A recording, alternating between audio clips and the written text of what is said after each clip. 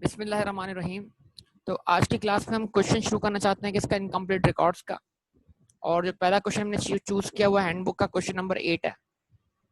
ठीक है, लिखा हुआ क्या है? एच रफीक आ रिटेलर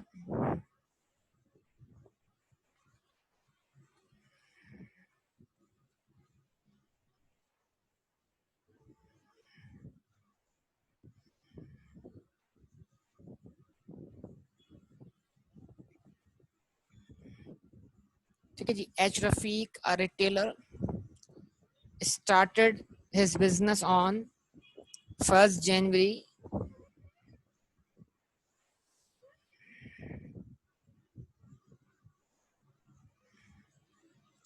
1989।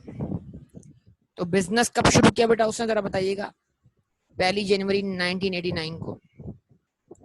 ठीक है,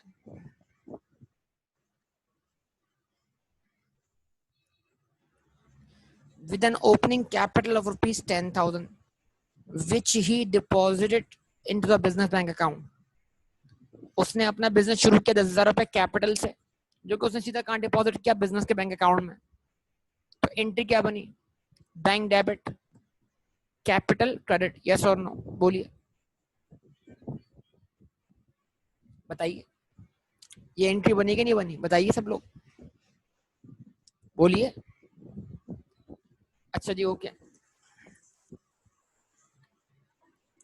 until the business became firmly established, he decided to rent suitable premises for a period of 12 months at an annual rent of rupees 3,600 per annum with effect from 1st January 1989। जब तक उसका business establish नहीं हुआ था, वो अपना business एक rent वाली प्रीमिस पे कर रहा है। सही है। और पर एनम रेंट कितना? 3600 रुपए। तो ये क्या मिल गया आपको? Rent expense for the year मिल गया ना, कि 12 महीने में 3600 का रेंट ड्यू होगा, भले पे हुआ हो ना हो। ये rent expense for the year है कि नहीं? बोलिए। अब अगर रेंट इससे ज्यादा पेड होगा तो एक्सेस पेमेंट क्या होगी? प्री पेमेंट होगी। यस और नो? और अगर इसमें रेंट जो होगा वो शॉर्ट पेड होगा, तो जो शॉर्टेज होगी वो अक्रूड एक्सपेंस होगा। यस और नो बोलिए, पहचानिए जरा इस बात को। क्या कहेंगे? रिस्पॉन्स दीजिए। तो अगर अकाउंटिंग पीरियड 31 दिसंबर 1989 है, तो उसमें रेंट ड्यू हुआ है 12 महीने का 3600 के हिसाब से। बात समझ में आती है? तो ये rent expense for the year हो गया, इतना ही रेंट ड्यू हुआ है 12 महीने में। Although he took credit from his suppliers, वो उधार लेता है किसे? सप्लायर्स से। All sales were made for cash, लेकिन उसकी जितनी भी सेल्स है वो कैश सेल्स है। ओके जी, okay. Rafiq used some of these cash takings for various purposes. तो इट मींस कैश सेल होगी कैश फॉर्म में। See details below. And the reminder was paid into the bank account. वही कहानी, वही पुरानी कहानी कि जो कैश कलेक्ट होता है उसमें से कुछ खर्चे पे करने के बाद reminder was paid into the bank account. Yes और नो बोलिए, बोलिए, बताइए। कुछ समझे बात या नहीं? अच्छा जी, okay. The following summarized information is available from Rafiq's cash book in respect of the year's transaction 31 December 1989. Sales takings banked, sales taking banked यानी वो अमाउंट जो कैश सेल से कलेक्ट हुआ उसमें से वेरियस पर्पस के लिए खर्चे पे हो गए। और reminder, this is what reminder, the amount which is transferred to bank, जिसकी एंट्री क्या बनी है? Bank account debit, cash account credit. Yes और no? Cash payments from takings, जो कैश सेल्स हुई हैं उससे आपने ये खर्चे पे किए हैं। Sundry expenses, 1840, wages 3500, drawings for private purpose 8000। अब आगे क्या लिखा हुआ है, चेक इशूड, यानी 1, 1, 2 और 3, ये 3 पेमेंट हुई है कैश अकाउंट से, और ये पेमेंट करने के बाद ये बैलेंस ट्रांसफर हो गया है कहां पर, बैंक अकाउंट में। यस और नो, बोलिए बोलिए। कैश अकाउंट से ये 3 पेमेंट्स हुई हैं, और ये 3 पेमेंट्स करने के बाद ये बैलेंस, बचा हुआ बैलेंस जो है वो ट्रांसफर हो गया कहां पर, बैंक में। यस और नो। आगे बोलता है cheques issued, cheque issued, rent, rent पे कितना किया, रेंट पे कितना किया, रेंट पे कितना किया, 3300। रेंट एक्सपेंस कितना है फॉर द ईयर, तो इट मींस 300 से एक्सपेंस क्या हो गया, शॉर्ट हो गया। तो जो तुम 300 से ज्यादा एक्सपेंस प्रॉफिट लॉस में लेके जाओगे, उसकी तुम लायबिलिटी शो करोगे कहां पर, स्टेटमेंट ऑफ फाइनेंशियल पोजीशन में। यस और नो।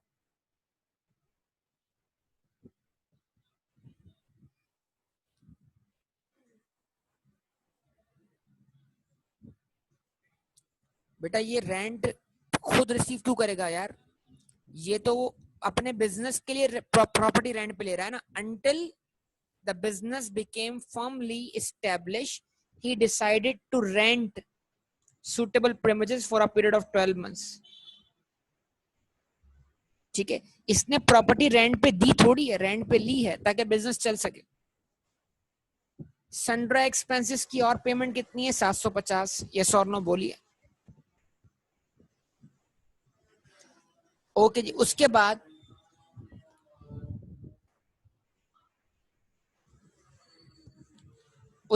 अगर हम मजीद बात करते हैं तो सन्ड्रा एक्सपेंस 750 हो गए, इंश्योरेंस 280 हो गया, trade creditors, payment to suppliers.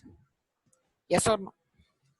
Fixtures and fittings खरीदे, मतलब प्रॉपर्टी प्लांट इक्विपमेंट परचेज किया, डिलीवरी वैन परचेज की।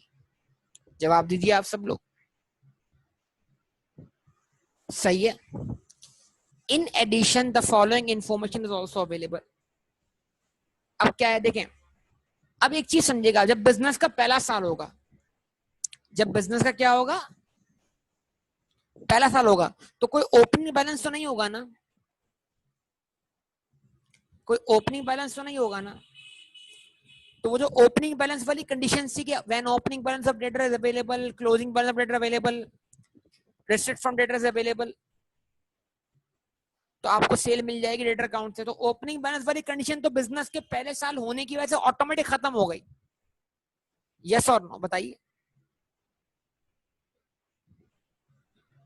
ओपनिंग स्टॉक भी नहीं होगा तो क्या होगा, सब कुछ क्लोजिंग ही होगा फर्स्ट टाइम, बिजनेस का पहला साल है।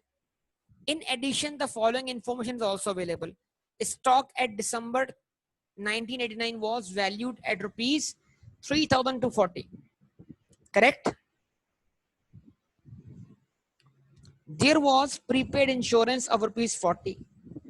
तो अगर आपके पास फिजिकली किताब मौजूद है तो आप इस इंश्योरेंस पे डॉट लगा दो, डॉट लगाओ यहाँ पर डॉट, अगर आपके पास किताब फिजिकली मौजूद है तो।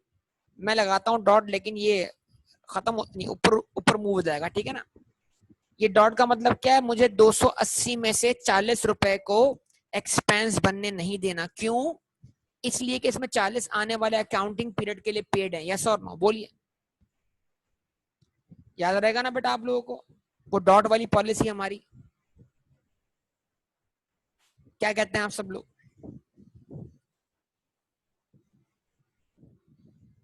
₹2120 was owing to trade creditors. ये क्या है, ट्रेड क्रेडिटर्स का क्लोजिंग बैलेंस। यस और नो। अच्छा, अब ओपनिंग बैलेंस तो वैसे भी नहीं है, सोचो सोचो, क्योंकि पहला साल है, तो ओपनिंग बैलेंस वाली कंडीशन हटा दो खुद ब खुद। अब सोचो क्रेडिटर का क्लोजिंग बैलेंस है, यस है, ओपनिंग होता लेकिन नहीं है क्योंकि बिजनेस का पहला साल है। पेमेंट टू सप्लायर्स हैं, यस हैं, तो मतलब क्या हुआ, परचेजेस कहां से मिल गई, क्रिएटर के अकाउंट से, यस और नो बताओ, बोलो, सोचो, दिमाग चलाओ। परचेज मिल गई, परचेज में से ओपनिंग स्टॉक तो नहीं है ना, ओपनिंग स्टॉक तो नहीं है, जो परचेज मिली उसमें से क्लोजिंग स्टॉक लेस कर दिया,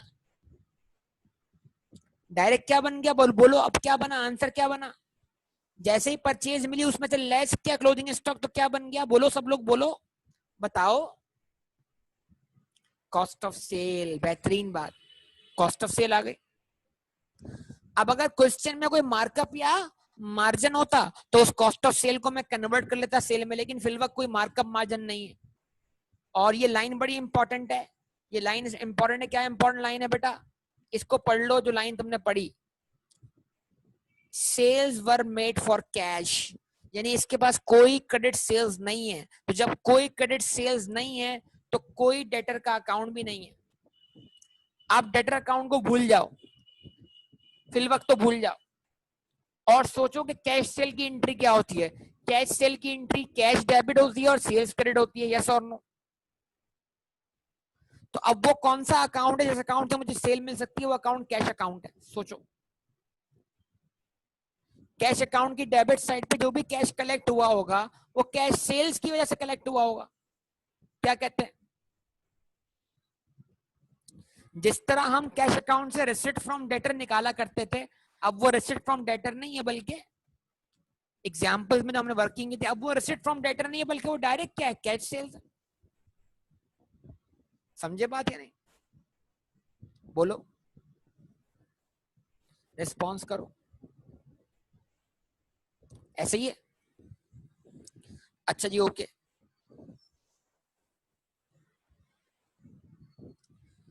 The payment to trade creators were made after deduction of discounts of rupees 280. Discount receive भी आ गया, तो डिस्काउंट रिसीव को भी पुट करना है कहां पर, क्रिएटर के अकाउंट में। Fixtures and fittings are to be depreciated at 10%। फिक्सचर्स और फिटिंग को 10% पे डेप्रिशिएट करो, ओके जी।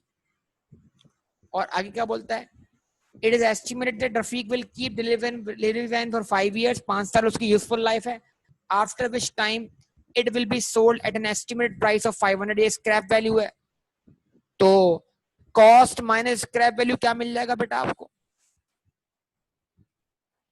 क्या मिल जाएगा, depreciable amount divide by life कर देंगे तो क्या मिल जाएगी आपको, डेप्रिसिएशन, यस और नो, रिस्पॉन्स कीजिए सब लोग।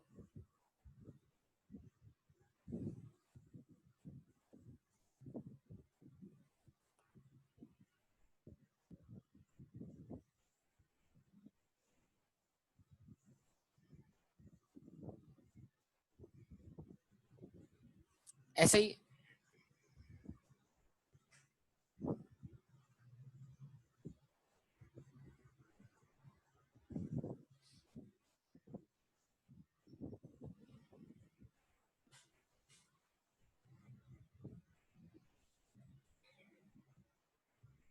अभी आपके सामने है, तो स्टार्ट कहां से लें क्वेश्चन का, देखो मेन पर्पस क्या है, बनाना क्या है, स्टेटमेंट ऑफ कॉम्प्रिहेंसिव इनकम, जिसको trading profit and loss account बोला गया है।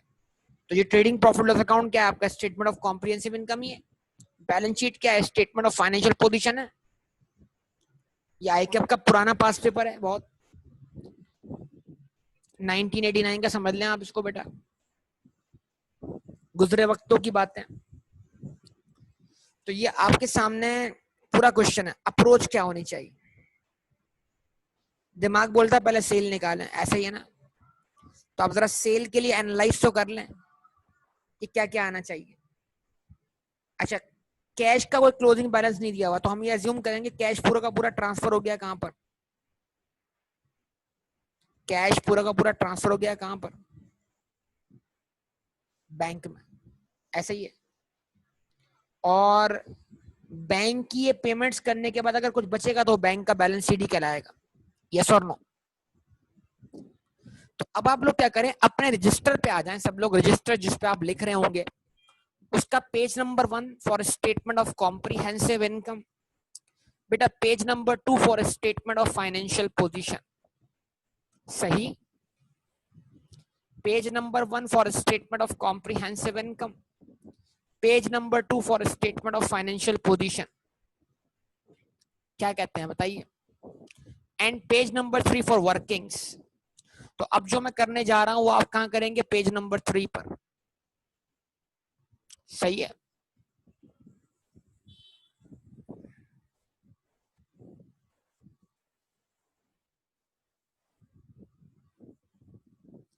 अच्छा जी, क्या हमने सेल्स के लिए अप्रोच तय कर ली? हमारा दिमाग ये कह रहा है कि अभी पूरा क्वेश्चन रीड करने के बाद हमें सेल्स निकलती हुई दिखाई दे रही है, कहां से, कैश के अकाउंट्स। स्टार्ट करते हैं, बिस्मिल्लाह रहमान रहीम। ठीक है, हमने पेज नंबर 3 पे लगाई हेडिंग किसकी, वर्किंग्स। क्यों? क्योंकि सोल्यूशन फ्रंट पे रखना है और वर्किंग सारी बैक पर होंगी। वर्किंग नंबर 1 क्यों कर रहे हैं, सेल्स के लिए कर रहे हैं, लेकिन सेल्स निकालने के लिए बना क्या रहे हैं, सेल्स निकालने के लिए बना रहे हैं व्हाट, कैश अकाउंट। क्योंकि हमें कैश अकाउंट में बतौर बैलेंसिंग फिगर सेल्स निकलती हुई दिखाई दे रही है। यस और नो? बहुत आसान क्वेश्चन है ये तो बेटा, ज्यादा उलझाया नहीं है इसने आपको। कैश अकाउंट की डेबिट साइड का कोई बैलेंस हमें नहीं मिला इसके अंदर, सारी कैश अकाउंट की पेमेंट्स दी हुई हैं पूरे क्वेश्चन में। देखें जरा, ये आपके सामने क्या है, ये कैश ट्रांसफर टू बैंक है और ये पेमेंट्स हैं। ठीक है, तो पहले पेमेंट्स पुट करते हैं, बैलेंस भी होगा नहीं, बैलेंस का पहला साल है तो। और सीडी बैलेंस भी जब होता, जब दिया होता नीचे आपके पास, तो या तो कैश सेल निकलनी है यहाँ से। हाँ, अगर कॉस्ट ऑफ सेल निकलने के बाद मार्कअप या मार्जिन होता तो फिर हम सेल मार्कअप या मार्जिन से निकाल के पुट करते कहां पर, कैश के अकाउंट में, तो हो सकता है कैश का बैलेंस शीट मिल जाता। लेकिन क्योंकि कोई मार्कअप या मार्जिन नहीं है तो फिर कैश अकाउंट में डिफरेंस कैश सेल कहलाएगा। और फिर उस केस में जब तक कोई बैलेंस शीट दिया हुआ ना हो कैश का, हम कोई बैलेंस अज्यूम नहीं कर सकते खुद से। यस और नो? अच्छी तरह मेरी बातों को सुने। अच्छा, अब ये आप लिखवाएं जरा, किताब है आपके पास बेटा? कौन कौन सा एक्सपेंस आ गया बेटा?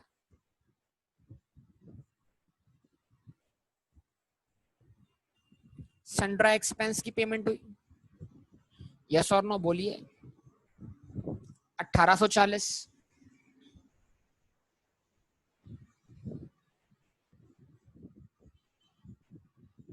वेजेस की पेमेंट हुई 3500। और ड्राइंग्स हुई हैं कितनी, 8000। और ये सब पेमेंट करने के बाद जो रिमेनिंग बैलेंस था, रिमाइंडर था, वो क्या है, कैश ट्रांसफर टू बैंक। सही बेटा? वो कितना है,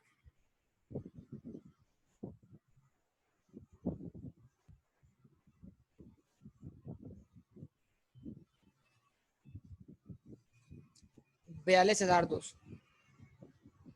अब कैश अकाउंट के मुतालिक कोई और ट्रांजैक्शन नहीं है, और क्वेश्चन ये कहता है कि ये सारी पेमेंट आप करने के काबिल हुए हैं कैसे, उन पैसों से जो आपने कलेक्ट किए हैं कैश सेल की वजह से। यस और नो बोलिए। ये सारी सेल आप करने के, ये सारी पेमेंट्स आप करने के काबिल हुए हैं उन पैसों से जो आपने कलेक्ट किए हैं कैश सेल से। तो जितना पैसा कलेक्ट हुआ कैश सेल से उसकी एंट्री पढ़िए, कैश डेबिट सेल्स क्रेडिट। तो यहाँ पर जो मिसिंग वैल्यू क्या, कैश सेल है, जरा उसको वर्कआउट कर लीजिए, इन सब का सम कर दिए,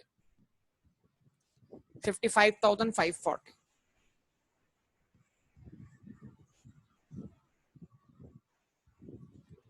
55,540। तो 55,540 जो है वो क्या है आपके लिए, कैश सेल्स। सेल मिल गई आपको, जवाब दें। आपका क्वेश्चन शुरू हो गया, ऐसे ही है, बोले जवाब दें, रिस्पॉन्स दें। शुरू हो गया ना क्वेश्चन सॉल्व होना। अच्छा जी, यहां पर हम आ गए। इसका नाम क्या था बेटा बंदे का जिसका हम सॉल्व कर रहे हैं क्वेश्चन? रफीक साहब हैं।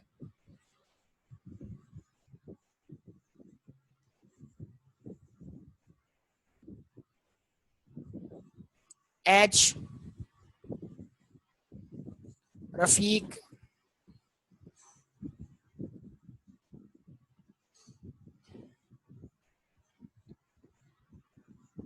Statement of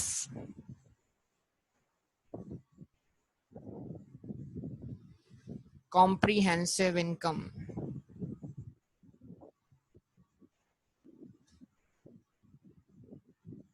for the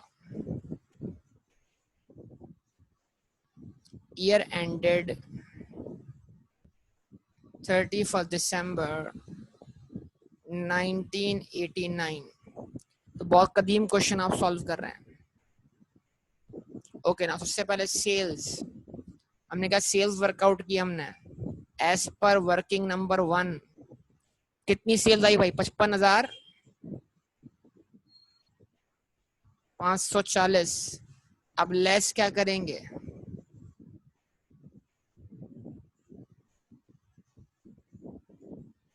cost of cell, yes और नो? बोलिए बोलिए, जल्दी बोलिए। तो कॉस्ट ऑफ सेल के लिए आप क्या कर रहे होंगे? कॉस्ट ऑफ सेल के लिए आप बना रहे होंगे वर्किंग नंबर 2 कर लें।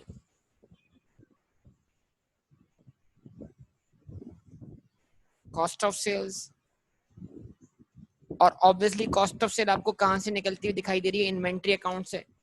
लेकिन इन्वेंट्री अकाउंट से पहले आपको परचेज फाइंड करनी है कहां से? क्रेडिटर अकाउंट से।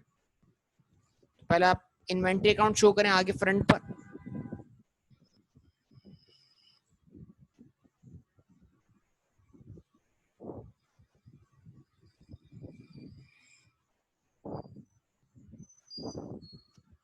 ठीक है, और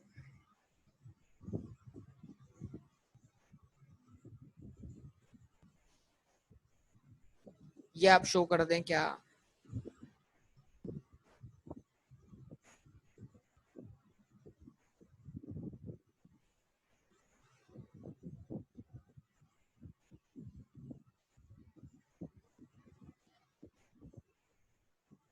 क्रेडिटर अकाउंट, यस और नो? बोलिए बोलिए सब लोग। अब आप खुद बताइए, ट्रेड क्रेडिटर्स को आपने, ये चेक इशूड है, और ट्रेड क्रेडिटर को आपने कितनी पेमेंट की है? 36,100। जरा इसकी एंट्री पास कीजिए। क्रेडिटर अकाउंट क्या हुआ? डेबिट हुआ। कैश या बैंक अकाउंट? बैंक अकाउंट क्या हुआ? बैंक चेक है ना। बैंक अकाउंट क्या हुआ? क्रेडिट हुआ 36,100।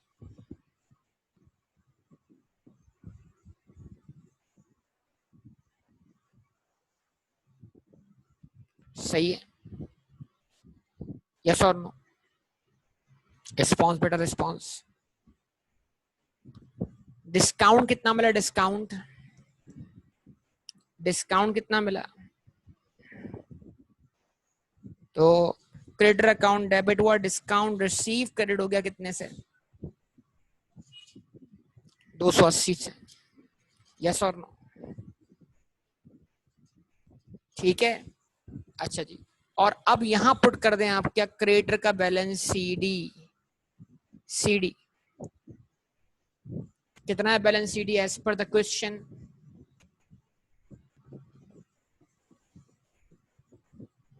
2120।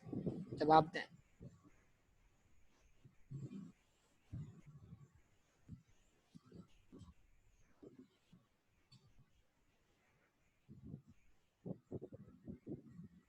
और सिस्टम आप कौन सा अज्यूम करें बेटा? पीरियोडिक स्टाइल, परपेचुअल स्टाइल में अज्यूम कर लें। तो आपकी परचेजेस तो आ गई, लेकिन उसकी एंट्री क्या बनाई आपने? Inventory account debit, creditor account credit, ऐसे ही है।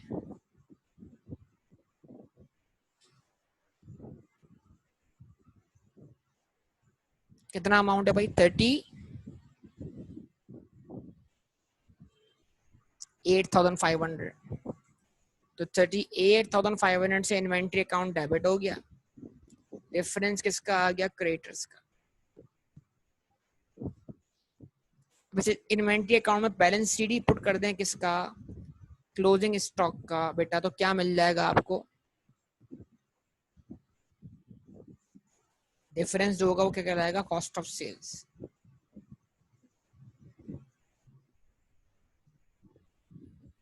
बोलिए।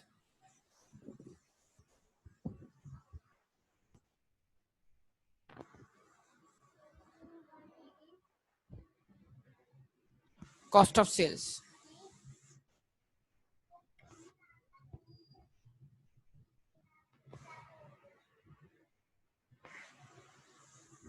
ठीक है, जवाब दें बेटा।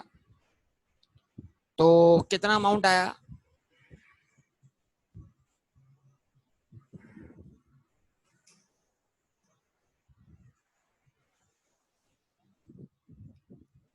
क्लोजिंग स्टॉक कितना पुट किया हमने?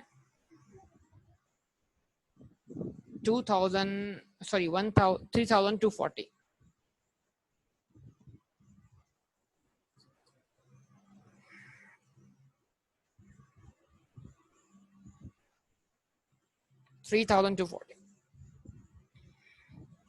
तो डिफरेंस क्या बन गया आपके लिए? Cost of sales.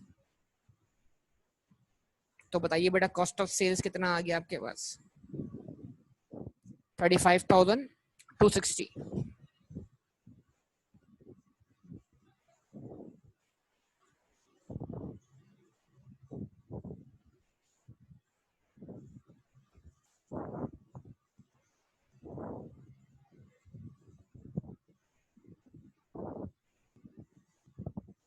यस और नो बताइए। तो ये कॉस्ट ऑफ सेल आ गई आपके पास। इसको लिख दें यहाँ पर 35,260।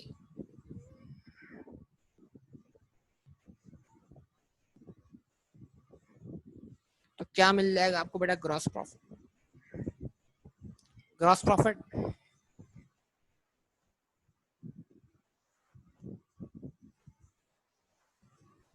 कितना?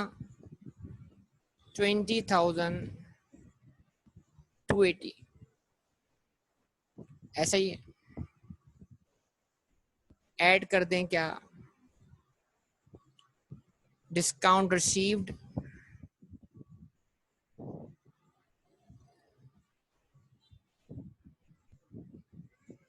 सही है।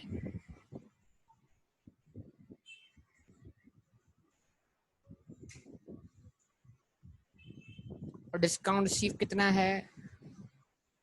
280 है। और डिस्काउंट रिसीव ऐड करने के बाद आपकी GP other after other income कितनी आएगी आपके पास? 20,560।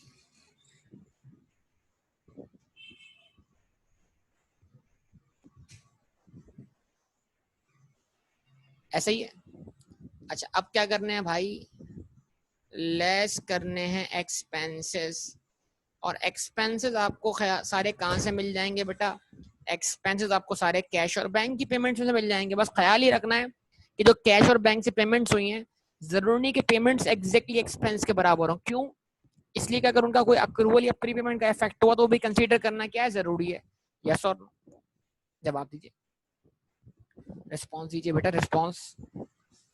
तो आइए क्या करते हैं बेटा, हम यहाँ बनाते हैं अकाउंट किसका? बैंक।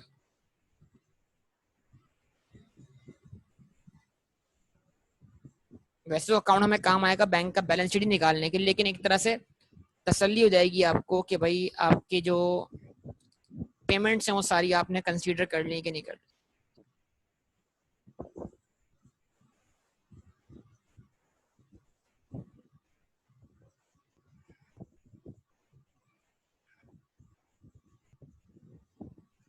अब आप बताइए, सबसे पहली ट्रांजैक्शन जो है वो कौन सी है बैंक के अंदर? बताइए। इसमें सबसे बड़ी मेन चीज है, बंदा क्वेश्चन रीड करने के बाद डेटा रिटेन रखे। बोलिए, सबसे बड़ी ट्रांजैक्शन, सबसे पहली ट्रांजैक्शन कौन सी है बैंक अकाउंट के अंदर? किसी को याद है आप में से?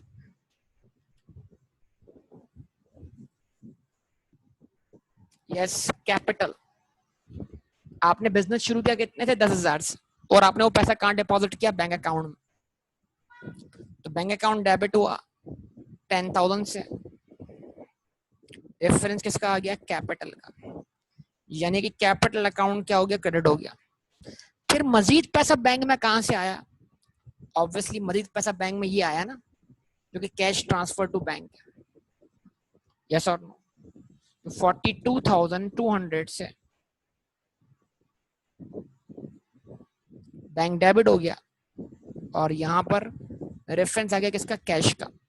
अब पेमेंट्स हुई हैं, पेमेंट्स बैंक अकाउंट से, वो ये रही सारी की सारी पेमेंट्स जिनको हम बोल रहे हैं चेक इशूड्स।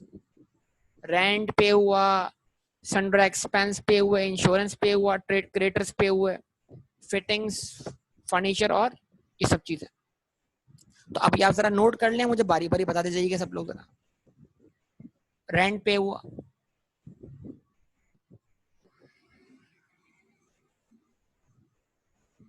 कितना? 3,300। तो ये रेंट शॉर्ट है कितने से? 300 से। 300 का अक्रूवल क्रिएट होगा। इंश्योरेंस पे हुआ 280, लेकिन इसमें 40 जो है वो क्या है? प्रीपेड है। उसके बाद सन्ड्री एक्सपेंस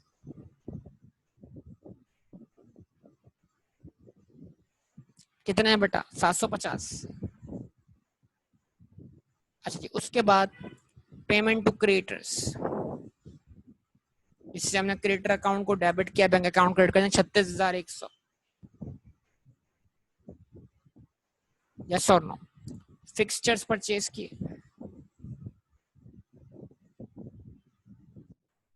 कितने के? फिक्सचर अकाउंट डेबिट हुआ, बैंक अकाउंट क्रेडिट हुआ।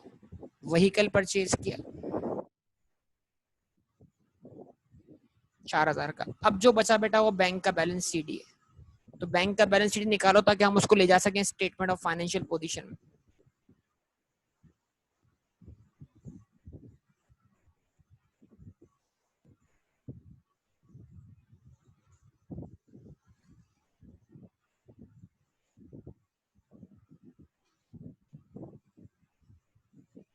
ठीक है,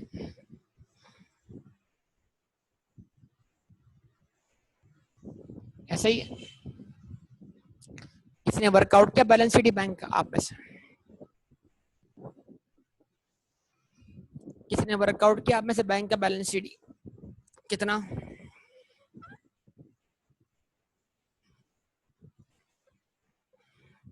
6,570। यस, ये बैलेंस शीट ये तो काम आएगा एसएफपी बनाते वक्त। सही है जी। अब इसका मतलब क्या है? मेन काम क्या है? मेन काम sundry expense 1840, sundry expense 750 plus कर देंगे, टोटल एक्सपेंस मिल जाएगा।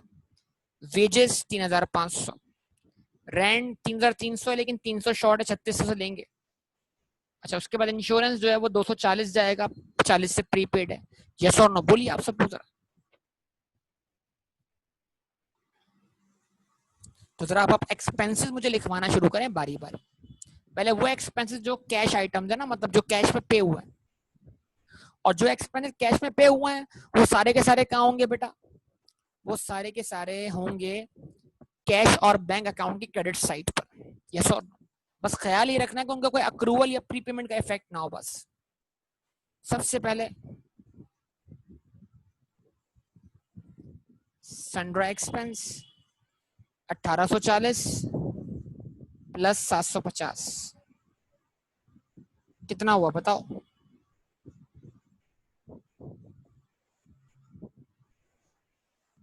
2,090। अच्छा, उसके बाद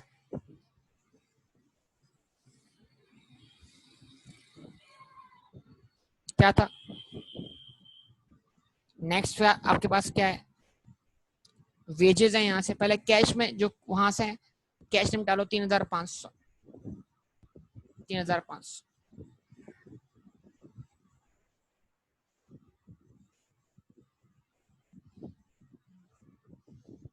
वेजेस,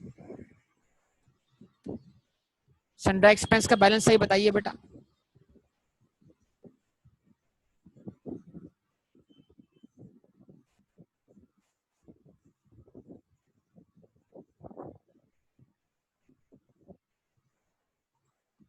$3,590 हो गया। अच्छा, उसके बाद रेंट,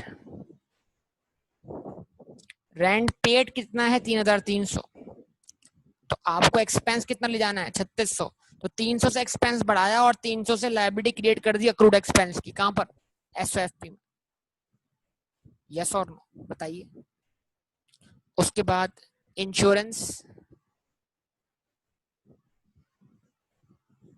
इंश्योरेंस 280 है, उसमें 40 को एक्सपेंस बनने नहीं दिया, प्रीपेमेंट दिखानी है कहां पर, एसओएफपी में, 240 आ गया।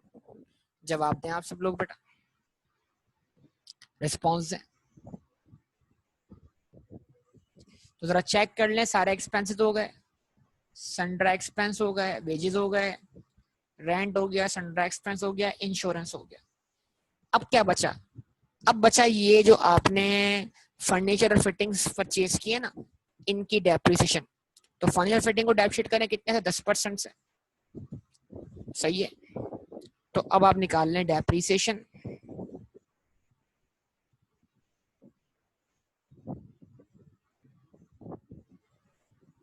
पहले किसकी,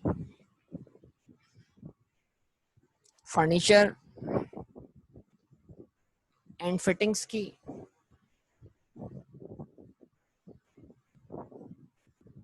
जो कि 1200 का क्या होगा, 10%, कितना बनेगा 120। और नंबर 2,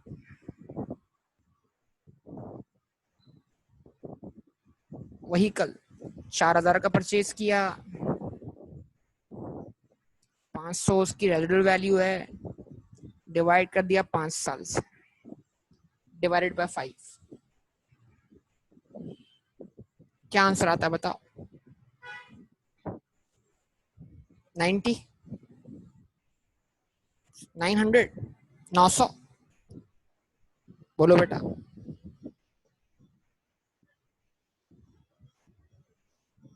भाई क्या आंसर आ रहा है बताइए ना आप लोग, 700 आ रहा है, हाँ 700 आ रहा है, सही है 700।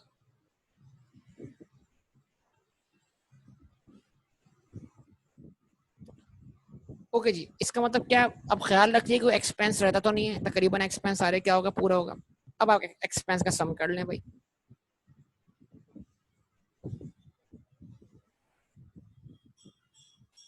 सम किया आपने एक्सपेंसेस का, चले जी। अब बताइए एक्सपेंस का सम कितना है, 10,750,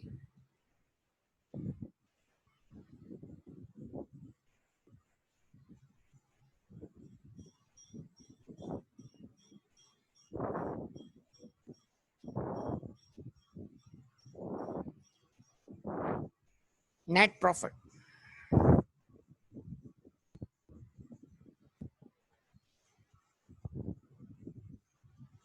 9,810,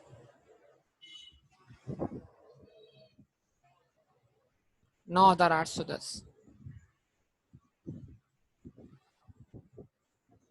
सही है जी, ये आपके सामने आ गया। अब क्या बन जाएगी बेटा, statement of financial position,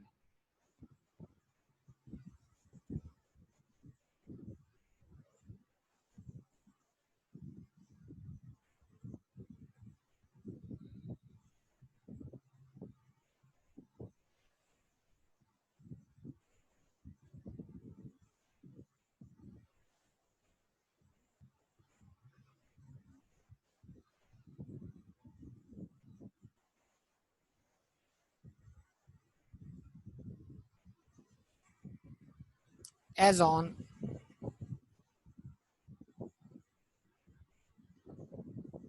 31 December 1989,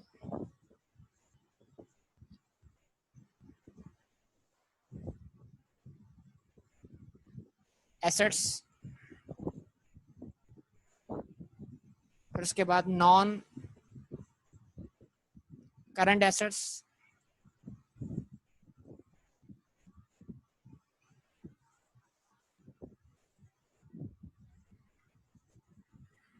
ठीक है। और सबसे पहले क्या आएगा, फर्नीचर एंड फिक्सचर्स,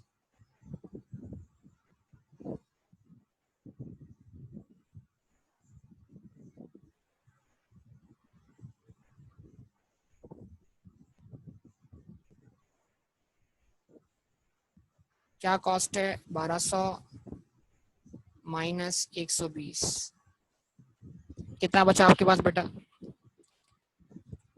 1080।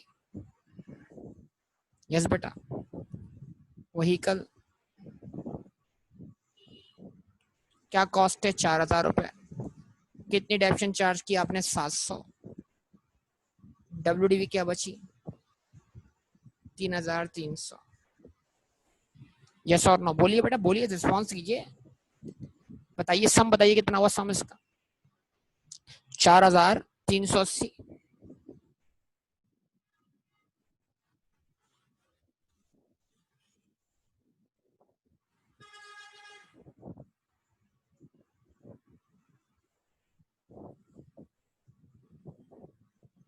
अच्छा जी, उसके बाद अब लगाए हेडिंग इसकी, करंट एसेट्स की।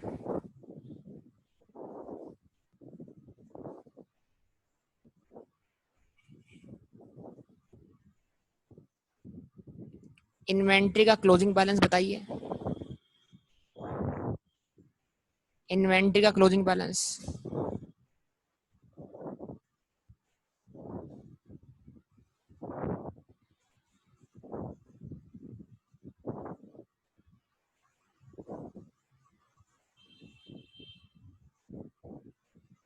3240। उसके बाद कोई डेटर तो नहीं है, अकाउंट रिसीवेबल तो नहीं है, इससे कि सारी सेल कैश सेल थी। उसके बाद क्या प्री पेमेंट है आपके पास?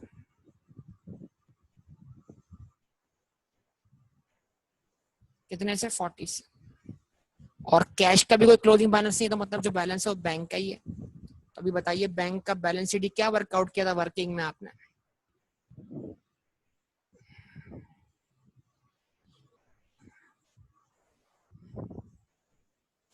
6570।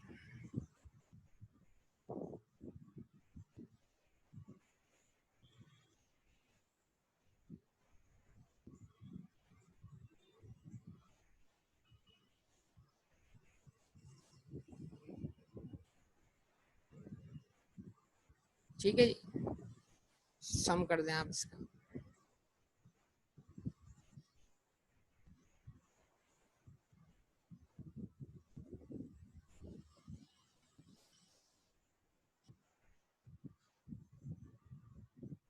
बताइए करंट एसेट्स का सम 9850।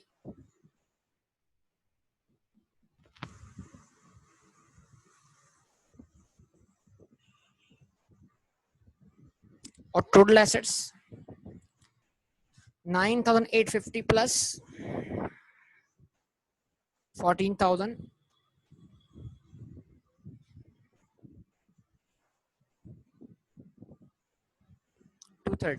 चले,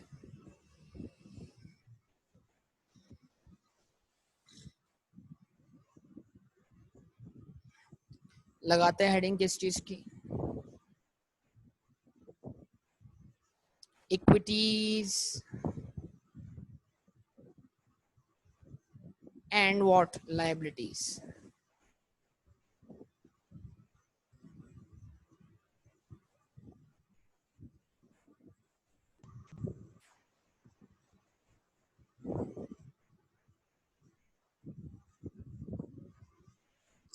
कैपिटल कितना इंट्रोड्यूस किया था भाई?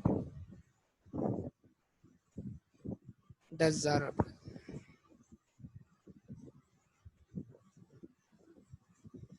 ऐड कर दें क्या नेट प्रॉफिट?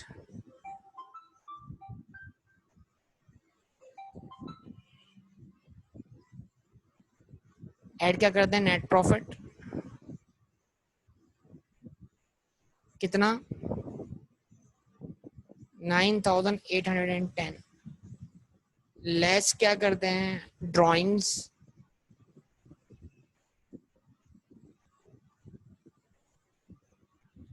और वो ड्राइंग्स की वैल्यू कितनी है बेटा, जरा जाके देखिएगा, ड्राइंग की वैल्यू कितनी है?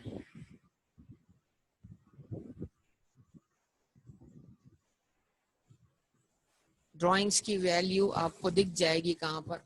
कैश के अकाउंट में डिटेल तो दी गई 8,000।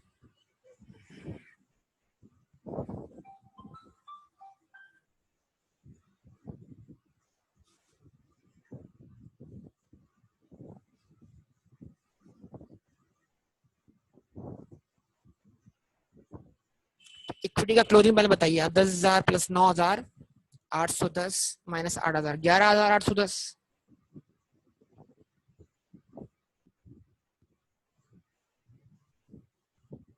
इसमें ऐड कर दें क्या आप करंट लायबिलिटीज?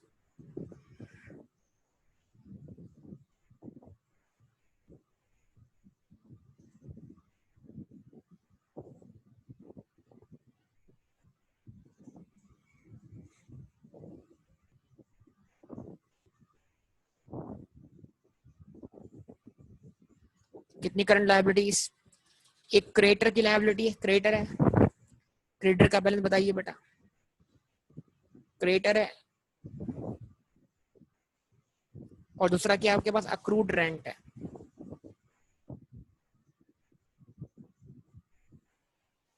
रेंट अक्रूड कितने से है? 300 से। क्रेडिटर का क्लोजिंग बैलेंस क्या है?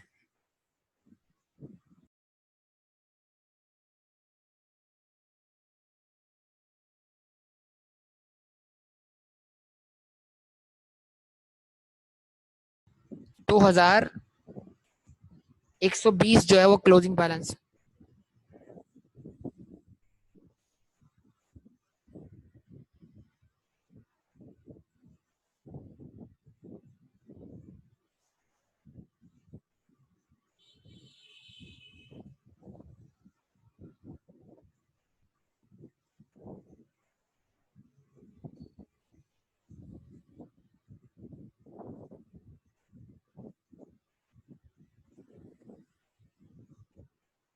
सम कितना आ गया आपके पास बेटा? 2000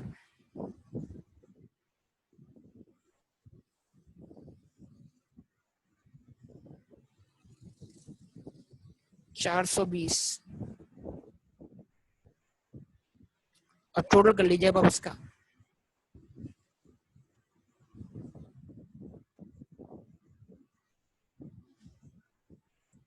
ठीक है, तो ये आपके पास टोटल हो जाएगा कितना? वही आंसर 14,230।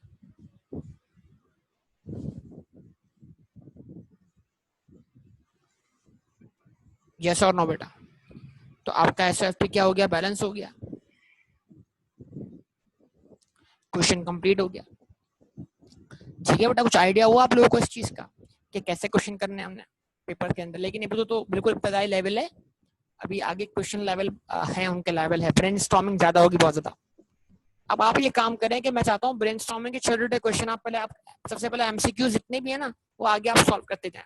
मैं आपको भी इस किताब से फिलहाल कोई क्वेश्चन होमवर्क नहीं दे रहा हूँ, इतना ही रखते हैं यहाँ पर। आप एमसीक्यू आगे के सॉल्व करें, 10 और सॉल्व कर ले मेरे ख्याल से, ऐसे ही है। उम्मीद है आपसे सॉल्व हो जाएंगे इंशाल्लाह। ठीक है बेटा, तो इसको स्टॉप करेंगे, बाकी बातें इंशाल्लाह अगली क्लास में करेंगे। ओके, अल्लाह हाफिज।